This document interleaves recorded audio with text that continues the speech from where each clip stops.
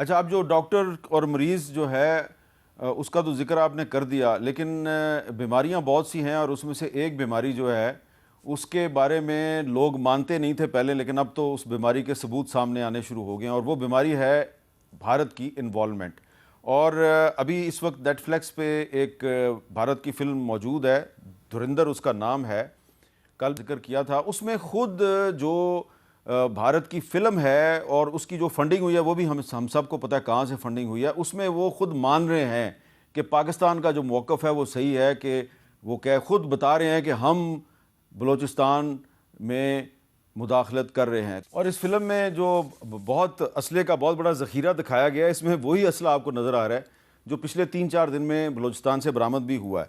تو زرین خان مکسی صاحب، یہ جو ایک انڈین انوالومنٹ کا فیکٹر ہے، اس کے بارے میں آپ کیا کہیں گے؟ آپ خود ایک نوجوان ہیں، پڑھے لکھے نوجوان ہیں، جو بلوچستان کے پڑھے لکھے نوجوان ہیں، کیا ان کو اس چیز کا احساس ہے کہ کسی زمانے میں بنگلہ دیش کو بھی آزاد کروانے میں بھارت نے بڑا کردار ادا کیا تھا، لیکن آج دیکھیں کہ بنگلہ دیش اور بھارت کے درمیان کتنی نفرت ہے اور کشیدگی کی انتہا ہے؟ تو کیا یہ جو بلوچ علیحدگی پسند ہے ان کے لیے ایک سبق نہیں ہے؟ اس بارے میں آپ کیا کہیں گے؟ جی میر صاحب، میں اکثر سوچتا ہوں کہ ہمارے بلوچستان کے جو بزرگ ہیں، بڑے ہیں، جو اس دنیا میں ابھی نہیں ہیں، اس دھرتی کے سرزمین کے، ان حالات دیکھ کر کنڈیم کرتے یا کنڈون کرتے، خوش ہوتے یا مایوس ہوتے؟ تھوڑے آبجیکٹیولی اگر بات کریں میر صاحب، تو یہ جو تنظیم ہے یا دہشت گردی ہے، there's a saying, the means don't justify the end. Civilian daily life کو ڈسٹرپٹ کرنا، اس اٹیک میں سمجھتا ہوں 31 to 35 سویلینز کو شہادت ملی۔ سویلین انفراسٹرکچر، کمیونیکیشنز کو اڑانا، بینکس کو راب کرنا، آپ مجھے بتائیں یہ کس قسم کا موومنٹ کنڈون کرے گی، یا کس قسم کے لوگ اس collateral ڈیمیج جو ہو رہا ہے سویلینز کے ساتھ، یہ کون کنڈون کرے گا؟ سو obviously the fingers are pointed at another direction، کہ نہیں، یہ کوئی حقوق یا اس کی جنگ نہیں لگ رہی، ڈائنامکس ہیو چینجڈ۔ ٹھیک ہے، آج کل کی بات کریں تو last 5, 7, 10 years یہ dynamics are not the same۔ لگتا یہ ہے کہ جو ڈسرپٹ ڈیسٹیبلائز بلوچستان پاکستان کی جو ترقی ہے یا خوشحالی ہو یا ڈیولپمنٹ ہو اس کو، اور ایک ہمارے انٹرنیشنل کمیونٹی میں بدنام کرنا ہمارے ملک کو کہ نہیں ابھی تک دہشت گردی ہے اینڈ اس کے اوپر کوئی سٹینڈ نہیں لیا جا رہا۔ We are the biggest affectees of terrorism, یہ سب یہ آپ کو پتہ ہے۔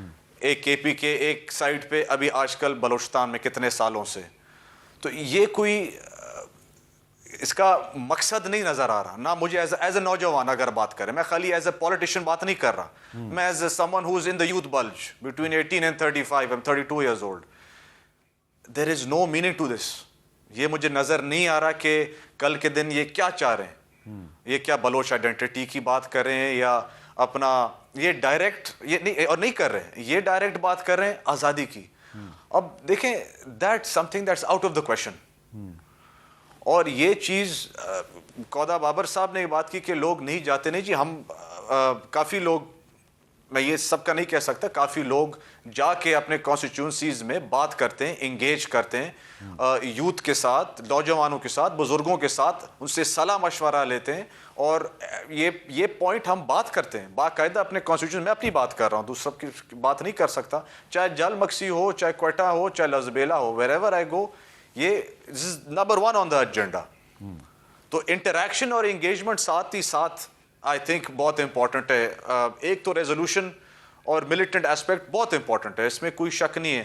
جو بالکل ٹیبل پر نہیں آنا چاہ رہا یا بات نہیں کر، اس کے ساتھ تو آپ ڈائیلاگ ڈیبیٹ نہیں کر سکتے، مگر جو نوجوان اس حد تک نہیں گیا اس کے ساتھ بالکل انٹریکشن اور انگیجمنٹ ضروری ہے۔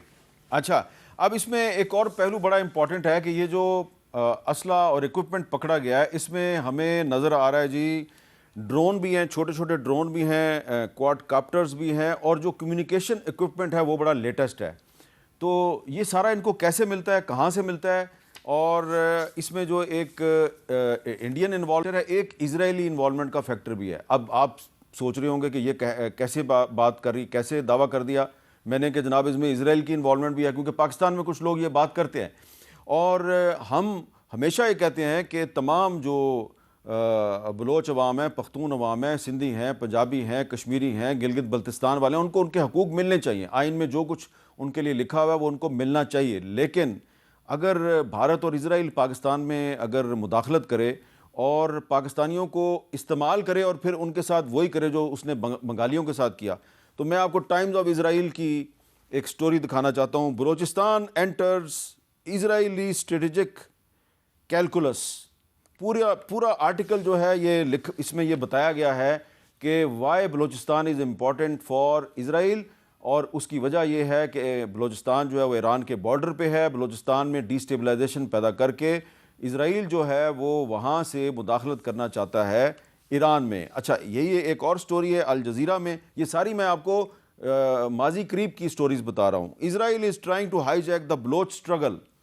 اب بلوچ اسٹرگل میں اور بلوچ ملیٹنسی میں بڑا فرق ہے. بلوچ اسٹرگل کا مطلب یہ ہے کہ بلوچوں کے حقوق, ایک زمانے میں مطالبہ کیا جاتا تھا کہ بلوچوں کو ایک علیحدہ صوبہ چاہیے. تو پاکستان جب بنا تھا تو وہ یہ ایک علیحدہ صوبہ نہیں تھا, یہ 1970 میں بنا علیحدہ صوبہ. تو اس کے بعد جو ان سے وعدے کیے گئے تھے وہ ان کو وعدوں کو پورا کرنا بڑا ضروری ہے. لیکن اس کا مطلب یہ نہیں ہے کہ ہم اسرائیل کے ہاتھ میں کھلونا بن جائیں.